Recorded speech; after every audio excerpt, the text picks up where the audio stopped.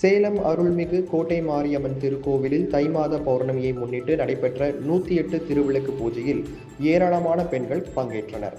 சேலம் பழைய பேருந்து நிலையம் அருகே பழமை வாய்ந்த அருள்மிகு கோட்டை மாரியம்மன் திருக்கோவில் அமைந்துள்ளது.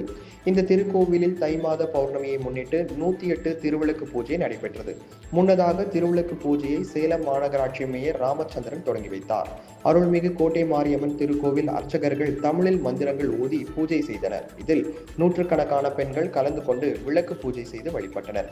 பூஜையில் கலந்து கொண்ட அனைத்து பெண்களுக்கும் பித்தளை காமாட்சி விளக்கு, குங்குமச்சிமிழ் உள்ளிட்ட பொருட்கள் கோவில் நிர்வாகத்தின் சார்பில் வழங்கப்பட்டது. இதனைத் தொடர்ந்து தங்கத்தேரில் எழுந்தருளி கோவில் பிரகாரத்தை வலம் வந்த கோட்டை மாரியம்மன் ஏராளமான பக்தர்கள் தரிசித்தனர். இந்த நிகழ்ச்சிக்கான ஏற்பாடுகளை அறங்காவலர் குழு தலைவர் சக்திவேல், செயல் அலுவலர் அமுத சுரபி ஆகியோர் ஏற்பாடு செய்திருந்தனர்.